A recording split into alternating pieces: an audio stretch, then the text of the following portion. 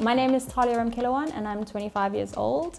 I'm an artist and a high school art teacher, and I call myself a tapestry adjacent artist because it's not tapestry enough, but it's tapestry enough. What my work is about is, in the beginning, was a lot about community and how to hold a space for South Asian artists and myself. But it's definitely moved to depicting more contemporary, everyday sort of moments in my life and focusing more on like platonic intimacies and like intimacies between me and my friends and trying to capture those moments. That's become very important to me.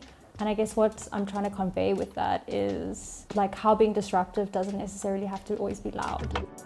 I've been selected by the V&A Waterfront to do a collaboration with Artist Alliance, and this will be sort of my creative response to the brief. And obviously I call myself a tapestry adjacent artist, but the technique is actually called rug hooking. So I will be doing something cute with the logo. I'm definitely excited about the idea of bringing different sort of creatives. I like the idea of art not necessarily just being like, this is a painting, this is this, and translating how we're all going to interpret it in different ways is going to be really fascinating and very interesting to see.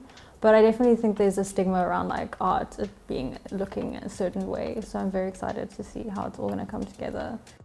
In terms of like challenges, it's definitely like representation and being one of very few Indian artists in South Africa that are female, queer, and like all those things. And it's like trying to navigate like gallery spaces and not necessarily be used as sort of like a token of like, oh, look at us, we have this. So yeah, it's definitely been trying to find the balance of like taking opportunities that are because I need the money or I like want the exposure versus like I don't want to be used as like some sort of like perform for us in this white space. I also don't want to be a spokesperson for sort of like all Indian problems.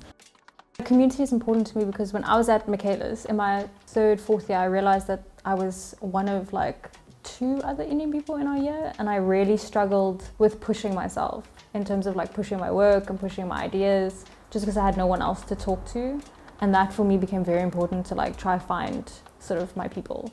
And I'm actually part of a collective called the Kuti Collective, and they're a group of South Asian artists. And that's how we formed, was just the lack of support and representation in the art world. They're just like, we're a great resource to each other. And I think that's what I miss most about like not having community here, is just resource, and like someone who has a similar experience as me has been very comforting and definitely given me confidence to sort of push my work in a direction that I don't think I would have been able to without their support. When I started, it was definitely about like my community and everyone else and like how I could sort of uplift that voice. But for me, it's now become more important and like a realization that before I can sort of heal community, I need to heal myself.